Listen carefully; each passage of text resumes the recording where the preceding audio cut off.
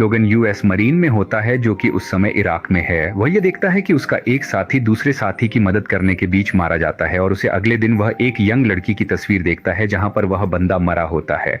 वह इस तस्वीर के बारे में काफी लोगों से पूछता है लेकिन उसका कोई मालिक नहीं मिलता, तो उसे पता चलता है कि यह तस्वीर उसी मेरे साथी की है जिसकी जंग में डेथ हुई।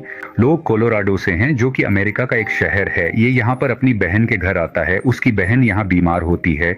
वो कुछ दिन रहता है और यहाँ से अब जाने का फैसला करता है और वो ये फैसला करता है कि वो तस्वीर जो उसे जंग के मैदान से मिली थी वो इस लड़की को ढूंढेगा और उसको जाकर अपने साथी की मौत का बताएगा।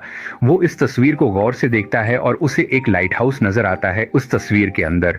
वह वहां पहुंचकर मुख्तलिफ लोगों से इस लड़की के बारे में पूछता है लेकिन उसे कोई क्लू नहीं मिलता और पूछने के दरमियान वो उसे ये बताता है कि इस लड़की की शादी पहले मेरे दोस्त के साथ थी, तो वो इसको इसका पता दे देता है।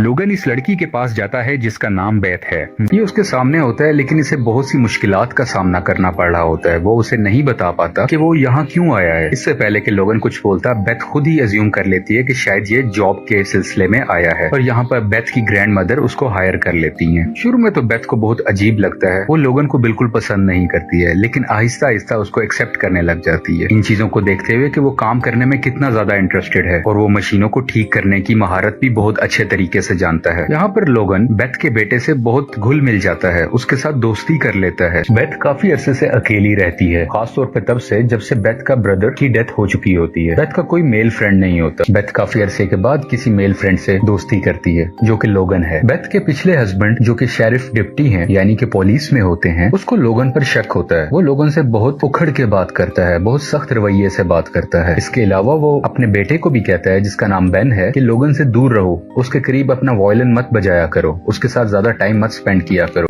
इसी तरह एक दिन बेन बाहर खेल रहा होता है और जब वह वापस आता है तो उस पर बहुत सारा खून लगा होता है।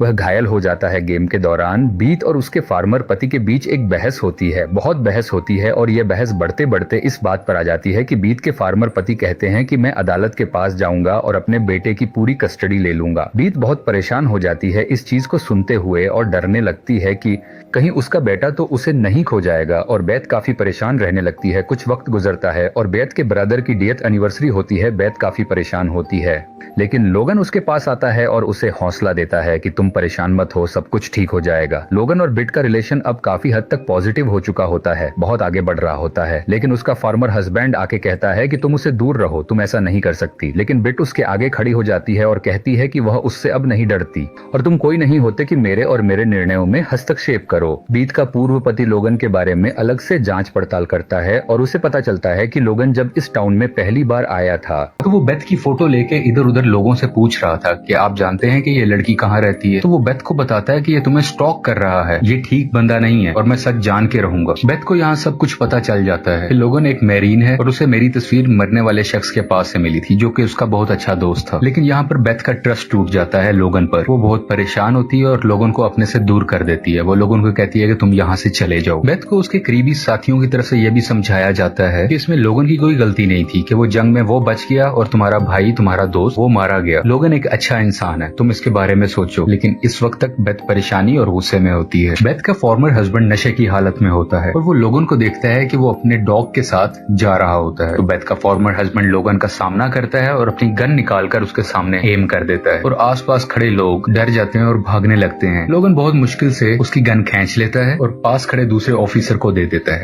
लोगन एक बार फिर से बेथ के घर जाता है और वो उसे बताता है कि तुम्हारा भाई ड्रेक कैसे मरा था। वो सारी डिटेल्स उसे बताता है कि वो एक बहादुर इंसान था। बेथ का फॉर्मर हस्बैंड बेथ से मिलता है और उससे कहता है कि मैं शर्मिंदा हूँ और मैं हमारे रिलेशंस दोबारा से स्टार्ट करना चाहता हूँ, यानी कि हम दोबारा से हस्बैंड वाइफ बन सकते हैं, एक अच्छी फैमिली का स्टार्ट ले सकते हैं। लेकिन बेथ इनकार कर देती है और गुस्से में आकर उसका हस्बैंड फिर से अपने बेटे को अदालत के जरिए ले जाने की धमकी देता है। उसी वक्त लोगन भी आ जाता है। ये सब बातें इनका बेटा सुन लेता है और तेजी से भागता हुआ करीब के ट्री हाउस की तरफ चला जाता है और ये सब भी घबरा के उसके पीछे जाते हैं कि ये एकदम से ऐसे क्यों भागा। ट्री हाउस के रास्ते में एक रस्सी की बनी हुई ब्रिज आती है और वो जब उसके ऊपर होता है तो ये ब्रिज टूट जाती है और बेथ का बेटा और उसका फॉर्मर हस्बैंड दरिया में गिर जाते हैं। इस वक्त तक इनको कुछ नहीं हुआ होता क्योंकि फॉर्मर हस्बैंड ने रस्सी और अपने बेटे को बहुत मुश्किल से अपने बेटे को पकड़ रखा होता है। लोगन यहाँ आके उनके मदद करता है और बेत के बेटे को बचाकर बेत को सौंप देता है। इसके बाद वह बेत के किसान पति को बचाने के लिए जा ही रहा होता है कि ट्री हाउस टूट जाता है और बेत के पति पर गिरता है, जिससे वह मर जाता है और बेत का पति नदी के पानी में बह जाता है। यह सब अपने घर आ जाते हैं।